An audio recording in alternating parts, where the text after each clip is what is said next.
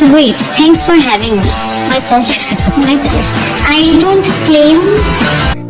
রাফিয়াত রশিদ মিথিলা গায়ক তাহসানের সাথে ডিভোর্সের প্রায় ৮ বছর পর তিনি ডিভোর্সের শেষ সময়গুলোর কথা খোলামেলা এক শোতে আলোচনা করেছেন। তিনি জানিয়েছেন, তখন তিনি বয়সে কম ছিলেন, ভালো মন্দ বুঝতেন না। তাহসানের সাথে সব ঠিক হবে এই ভেবে 2 বছর আলাদা থেকেছেন দুজনে। কোনো সিদ্ধান্ত নিতে পারছিলেন না, ভেবেছেন সব ঠিক হয়ে যাবে, ডিভোর্স হবে না। এত কম বয়সে তিনি খুব ভীত ছিলেন। সাথে ছিল মেয়ে আয়রা। নিজস্ব খুব বেশি টাকা পয়সা, গাড়ি বাড়ি ছিল না তার। গাড়ি না থাকলেও গাড়িতে চলার অভ্যাস ছিলেন মিথিলার।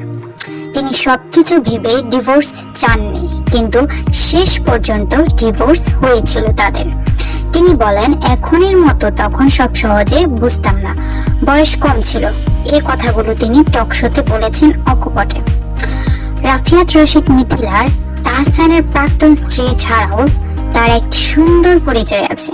তিনি একজন মা এবং তিনি ঢাকা বিশ্ববিদ্যালয় থেকে লেখাপড়া শেষ করে ব্রাকে চাকরি করছেন।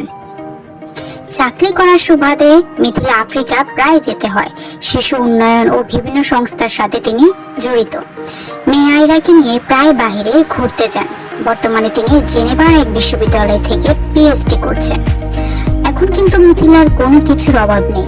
এখন ওনার টাকার স্বাধীনতা আছে, ভালো একটা চাকরি করেন, মেয়েকে নিয়ে নিজের বাড়িতে থাকেন, নিজের গাড়িও আছে, স্বামী সংসার আছে।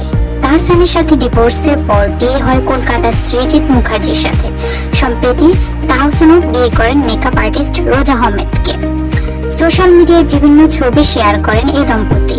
ঘুরতে গিয়ে সুইমিং পুলে গোসল করার ছবিও শেয়ার করেন। তাহসান ও মিথিলা তারা দুজনে এখন দুজনের মতো সুখী তাদের পার্টনারের সাথে।